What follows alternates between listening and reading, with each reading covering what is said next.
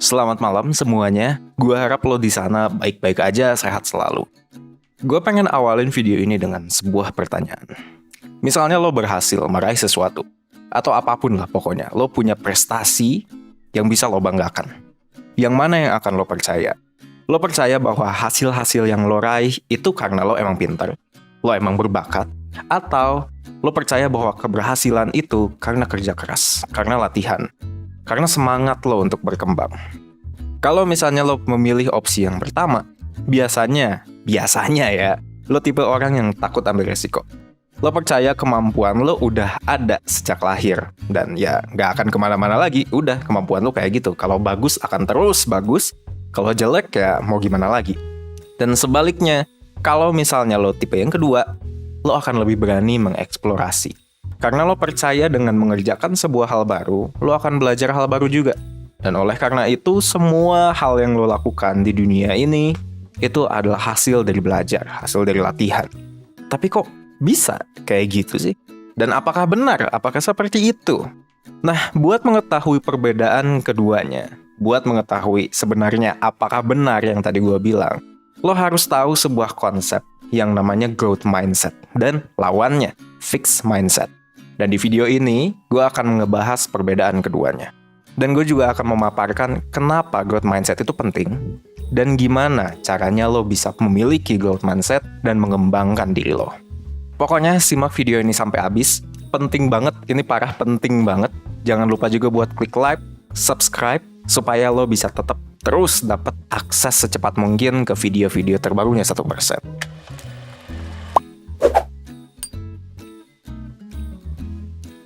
So, apa itu growth mindset dan fixed mindset? Growth mindset dan fixed mindset itu, sederhananya gimana caranya kita memandang kemampuan kita. Kalau lo punya growth mindset, lo akan melihat kemampuan lo dalam bidang apa aja itu masih bisa berubah dan dikembangkan. Bisa naik, bisa turun. Berkembangnya bisa jadi melalui kerja keras, strategi bagus, belajar, latihan. Pokoknya lewat banyak hal. Dan sementara itu, kalau misalnya lo memiliki fixed mindset, kebalikannya lo akan cenderung berhadapan bahwa kemampuan lo itu hasil bawaan dari lahir dan sudah tidak bisa berubah. Ini juga berlaku di cara lo melihat kesuksesan orang lain. Fixed mindset mendorong lo untuk melihat kesuksesan orang lain itu sebagai hasil dari bakat, hasil dari kejeniusan mereka aja. Kalau misalnya lo mikirin Einstein misalnya, dan lo berpikir bahwa Einstein itu bisa menciptakan apa yang dia ciptakan cuman karena dia pintar, dari sananya udah pintar, fixed mindset. Jadinya lo seakan-akan mengabaikan fakta bahwa oke, ada faktor bawaan, kita nggak bisa bantah kalau misalnya itu, tapi ada kerja keras di balik apapun yang mereka raih. Dan kalau menurut lo sendiri, mana yang lebih baik? Ya, kalau misalnya lo udah sampai sini dan lo denger gua dengan cukup clear, it's obvious. Dan bukan cuman kata gua juga. Menurut Carol Dweck, seorang psikolog Amerika, sekaligus peneliti tentang mindset, orang dengan growth mindset itu bisa meraih lebih banyak hal dibandingin orang dengan fixed mindset. Why? Kenapa? Karena orang dengan growth mindset nggak terlalu khawatir soal nggak terlihat pintar. Dan sebagian besar energinya dipakai untuk belajar. Jadi, in a nutshell, gengsinya rendah. Dan mengadopsi growth mindset itu berarti menghargai proses. Tapi sayangnya, ini negatifnya. Biasanya, ini disalahartikan jadi, ya udah yang penting gue udah usaha. Padahal nggak gitu juga. Menurut Carol Dweck juga nih, growth mindset tetap menghargai hasil. Mereka tetap menghargai produk. Mereka tetap ngelihat nanti usahanya itu akan menjadi apa. Jadi kalau misalnya usaha, orang dengan growth mindset itu nggak cuma sekedar usaha, tapi juga usaha yang udah diperhitungkan untuk mencapai hasil yang diinginkan. Ketika berusaha, lo bisa tanya sama yang expert. Bisa belajar dari buku, bisa belajar dari internet, lo bisa coba strategi baru. Tapi intinya, dua hal tersebut jadi penting. Hasil akhir, proses, dua-duanya penting. Jadi sebenarnya kelihatannya itu kayak gimana sih kalau misalnya orang punya growth mindset? Nah, biasanya orang yang punya growth mindset ini punya ciri-ciri kayak gini. Yang pertama, lo menganggap kegagalan sebagai kesempatan untuk belajar. Yang kedua, kalau dikritik, lo nggak menganggap itu sebagai serangan. Lo menganggap itu sebagai sarana memperbaiki diri. Yang ketiga, lo suka mengerjakan pekerjaan yang lebih susah dibandingin yang biasanya lo kerjain. Kenapa? Ya karena lo menganggap itu sebagai tantangan.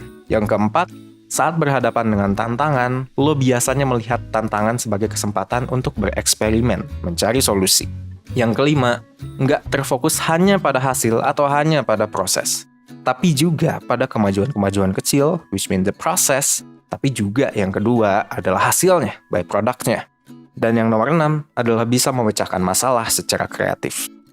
Mungkin lo pernah ngalamin saat berhadapan dengan hambatan untuk menuju tujuan lo, apapun itu. Rasanya lo pengen mundur aja. Nah, kalau misalnya lo bisa mengadopsi growth mindset yang akan gue jelaskan nanti caranya, lo bisa tetap termotivasi saat berhadapan dengan hambatan ini. Ada penelitian yang dilakukan dengan subjek anak-anak sih sebenarnya, tapi hasilnya masih relevan juga buat kita yang udah dewasa. Jadi ada sekelompok anak-anak dikasih tugas. Tugas ini didesain, mereka akan gagal di situ. Pokoknya apapun yang mereka lakukan, mereka akan gagal.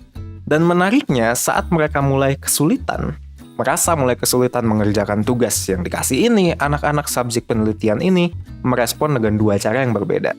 Ada anak-anak yang ya udah nyerah gitu aja, lepas. Jadi sibuk ngobrol akhirnya sama temennya. Ada juga anak-anak yang terus mencoba strategi baru. Dia coba cara A, dia coba cara B, dia coba cara C. Pokoknya dia mencoba berbagai cara. Anak-anak kelompok kedua ini persisten. Dan fakta menariknya lagi, anak-anak yang nyerah duluan ini, sebagian adalah anak-anak dengan kecerdasan yang tinggi. Anak-anak yang tetap mengusahakan hasil dengan sulitnya tugas ini masuk ke kategori anak-anak dengan growth mindset. Motivasi mereka tetap terjaga saat berhadapan sama hambatan. Dan tadi kan kita ngomongin soal prosesnya, sekarang kita ngomongin hasilnya. What if ternyata lo gagal? Nah, saat hambatan tadi bikin lo gagal, lo sebaiknya emang juga tetap punya growth mindset. Karena mindset ini mendorong lo lebih tahan terhadap stres menghadapi kegagalan. Ada sebuah penelitian di Cina, dia menunjukkan bahwa growth mindset itu punya pengaruh positif terhadap resiliensi. Resiliensi adalah kemampuan orang untuk bangkit kembali setelah kegagalan. Oke, dari penjelasan panjang itu udah jelas lah. Growth mindset is important. Sekarang gimana caranya supaya lo bisa punya growth mindset? Nah, cara yang pertama itu dimulai dari pengetahuan kita terhadap diri. Lo harus tahu apa yang harus diperbaiki di dalam diri lo. Lo harus mengenali kelemahan lo. Punya kelemahan itu manusiawi. Gue nggak percaya kalau misalnya lo bilang gue nggak punya kelemahan. Nggak percaya. Jadi ya terima aja kalau misalnya lo emang punya kelemahan. Semua orang punya. Emang nggak semua orang punya kelemahan yang sama kayak lo. Tapi semua orang punya. Gimana caranya supaya kita bisa cepat mengenali kelemahan lo? Gunakan feedback. Di pekerjaan misalnya, minta ngobrol sama bos lo, minta ngobrol sama coworker lo. Kira-kira kelemahan gue apa? Apa yang masih bisa gue improve dari pekerjaan gue? Itu yang pertama. Bisa juga lewat refleksi diri. Kayak lo pikirin aja, lo kan sekarang lagi di karantina nih, bisa lo refleksi diri, lo berkontemplasi gitu kan. Kayak hidup lo apa yang kurang, kemampuan lo ini jelek di mana, dan lain-lain. Yang penting adalah untuk awal ya, untuk sekarang, penting untuk lo untuk mencari feedback dari orang yang tepat. Karena kalau misalnya lo mantengin video ini, ada kemungkinan, ya berarti mungkin lo masih baru terhadap konsep ini. Jadi kalau misalnya lo masih baru kayak gini, gue nggak menyarankan lo langsung dapat feedback yang direct, yang benar-benar langsung keras kayak gitu. Kalau misalnya nanti udah kesana, growth mindsetnya udah cukup bertumbuh, itu nggak apa-apa. Tapi kalau sekarang, lo pengen orang yang bisa menyampaikan feedback itu secara benar, secara halus, agak di sugarcoat mungkin, tapi yang penting gimana caranya supaya feedback yang lo dapet itu nggak bikin lo down. Objektif, tapi baik. Dan biasanya orang-orang yang kayak gini adalah orang yang memiliki dua hal. Mereka memiliki kepedulian sama diri lo, dan mereka memiliki kemampuan yang emang lo incar. Ini biasanya ada di seorang profesional. Nah, seorang profesional yang emang terbiasa membimbing orang lain buat mengenali diri, itu bisa banget ngebantu lo buat bisa lebih objektif dalam melihat kekurangan diri. Mereka ini perannya kayak mentor jadinya. Lo akan punya mentor buat membantu lo mengenali kelemahan diri, dan akhirnya memberikan lo saran tentang gimana caranya lo bisa perbaikin. Nih, kalau misalnya kata penelitian gitu ya, sebanyak 37% pekerja profesional itu punya mentor. Salah satu alasannya adalah karena emang mereka butuh. Mereka butuh orang untuk diskusi, mereka butuh orang buat ngobrol soal tantangan-tantangan yang mereka hadapin gitu di dunia kerja, bahkan di kehidupan juga. Dan berdasarkan angka ini, untuk menjawab kebutuhan ini, jadinya 1% menyediakan layanan mentoring. Layanan mentoring ini adalah program konsultasi online one-on-one dengan mentor dari 1%. Nantinya lo bisa diskusi sama mentor buat mengenali diri lo sendiri, termasuk juga kelemahan-kelemahan lo. Lo akan dapat saran, lo akan dapat worksheet. Worksheet itu kayak buku kayak gitu, buku ya tipis lah kayak gitu, dimana nanti lo itu punya tugas harian gitu di dalamnya. Ada hal-hal yang lo harus lakukan setiap harinya untuk lo melengkapi worksheet tersebut. Ini akan membantu lo untuk berkembang terus setiap harinya walaupun lo udah nggak mentoring lagi misalnya. Dan juga untuk menyocokkan saran dan worksheet yang akan kita kasih ke lo juga akan dikasih beberapa tes psikologis supaya cocok gitu sama diri lo. Kalau misalnya lo tertarik, lo bisa cek info lebih lanjut atau langsung daftar di link yang udah gue taruh di description box dan gue pin juga di comment section. Nah, oke. Itu agak ngiklan sih, tapi ya udah. Ini sekarang cara yang kedua. Biar lo makin yakin bahwa kemampuan ini bisa semakin meningkat gitu ya, dari proses belajar, dari proses latihan, lo coba cari info terkait brain plasticity. Plastisitas otak. Apa nih brain plasticity? Brain plasticity itu adalah kelenturan otak. Otak itu bisa dilatih, otak itu bisa berubah. Semakin banyak hasil belajar kita dari pengalaman, sambungan saraf di otak itu semakin menguat. Dan akan ada jalur-jalur baru yang tersambung.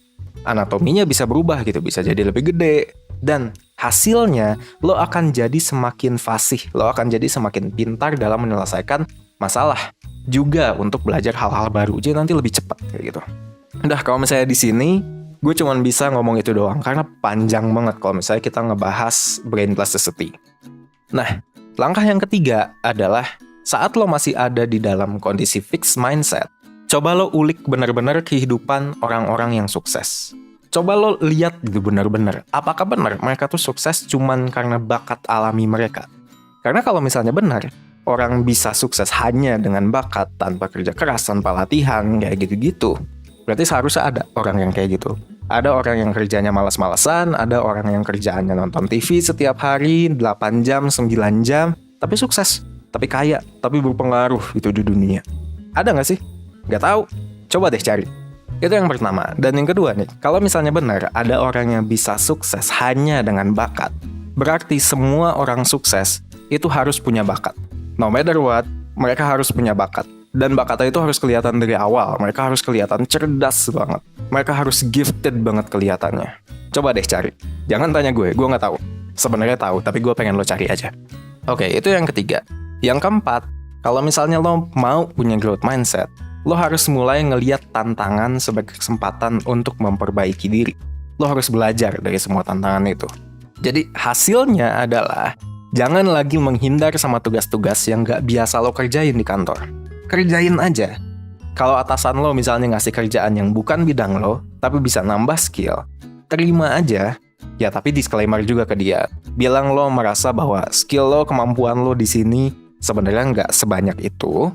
Jadi nanti ya ketika lo ngasih hasilnya dan ternyata nggak sesuai ekspektasinya dia nggak jadi bete. Dan jujurnya ya, gue tuh sering banget baca penelitiannya si Carol Dweck ini. Dan emang growth mindset adalah sebuah term yang udah sering banget dilemparin ketika kita ngomongin soal kesuksesan, ngomongin soal produktivitas. Gue bahkan bisa bilang, growth mindset itu salah satu faktor yang paling penting kalau misalnya lo emang ingin menuju kesuksesan. Faktor-faktor yang lain pastinya ada, kayak gitu. Tapi growth mindset adalah salah satu faktor yang lo bisa kendaliin, lo bisa belajar gimana caranya lo bisa jadi orang dengan growth mindset, dan growth mindset akan terus membuat lo berkembang. Setiap harinya lo terus berkembang.